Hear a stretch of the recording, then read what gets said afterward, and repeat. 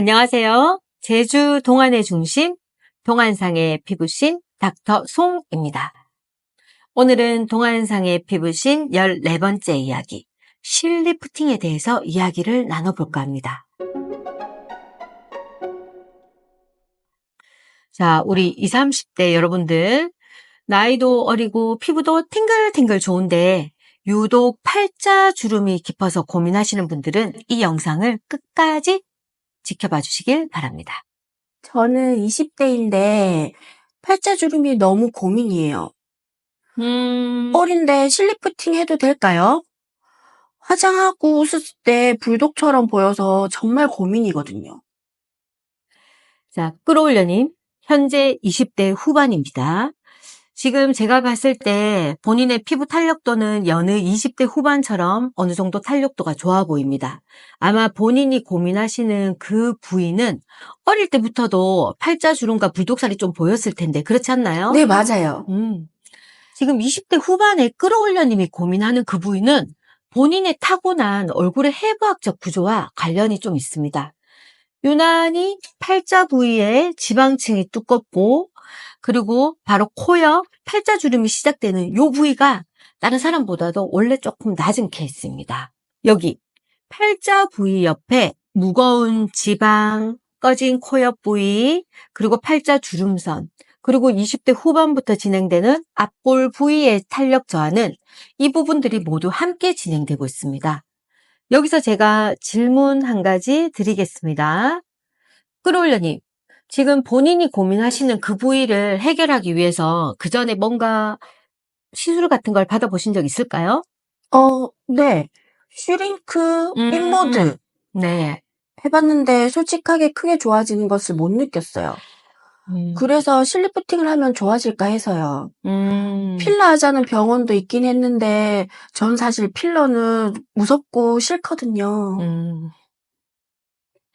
자, 우선 첫 번째로 해볼 수 있는 걸 해보셨네요. 사실 끌어올려님이 저에게 처음 방문했다면 저라도 우선적으로는 나이와 현재 피부 상태를 고려했을 때 그 울세라라든지 인모드, 슈링크와 같은 것을 고려했을 것 같아요.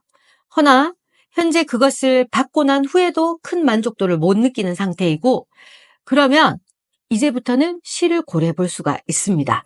근데 아직 제가 20대인데 너무 빠른 거 아닌가요? 자, 실을 못할 이유는 사실 없습니다. 어떤 시술이든 나이가 절대적으로 중요한 것이 아니라 본인의 얼굴에 맞는 시술을 하는 것이 중요합니다.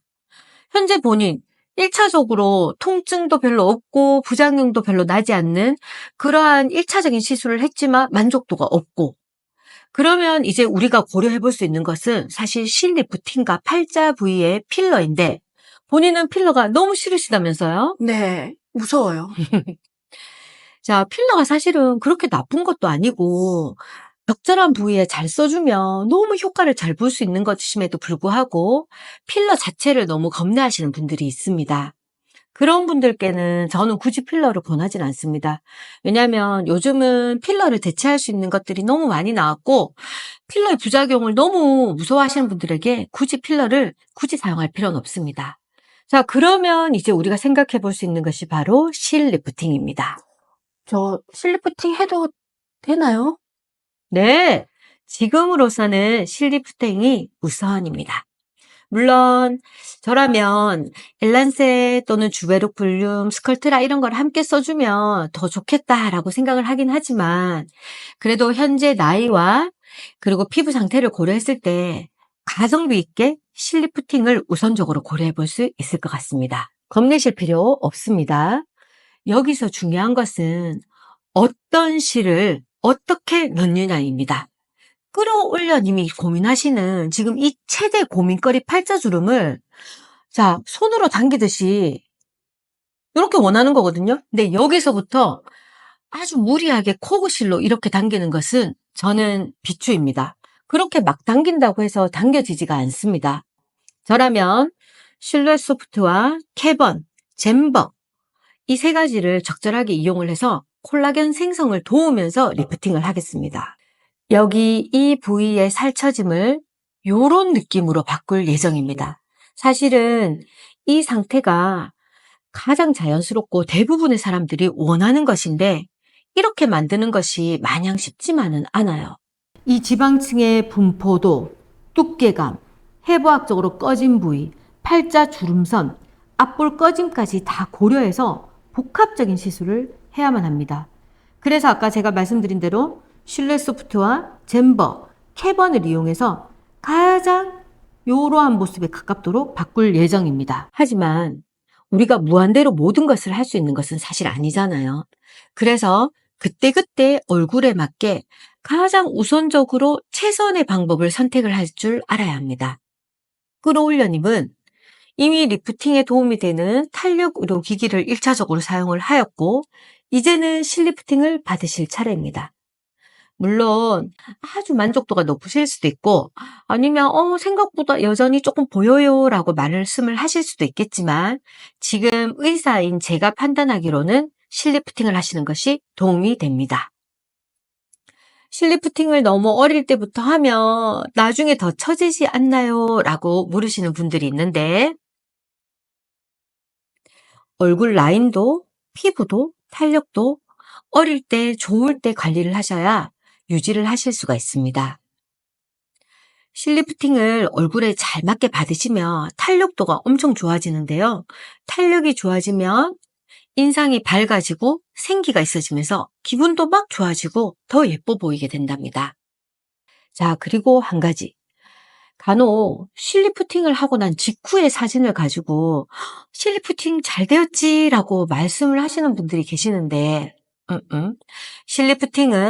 실리프팅을 한 후에 한 달, 두 달, 세 달이 될수록 더 예뻐져야 됩니다.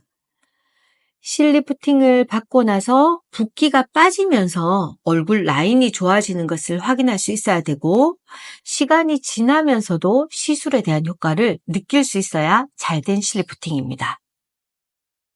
실을 넣는 것에 대한 두려움은 조금 접어두시고 얼굴에 맞게 적절한 실을 잘 넣으시면 큰 도움이 될 것입니다.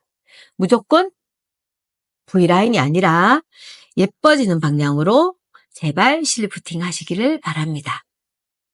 오늘은 실패 없는 팔자 부위의 실리프팅에 대해서 이야기를 나누어 보았습니다. 좋은 습관과 균형 맞춤 관리로 자연스럽게 이뻐지는 동안상의 피부신 14번째 이야기 실리프팅이었습니다. 안녕!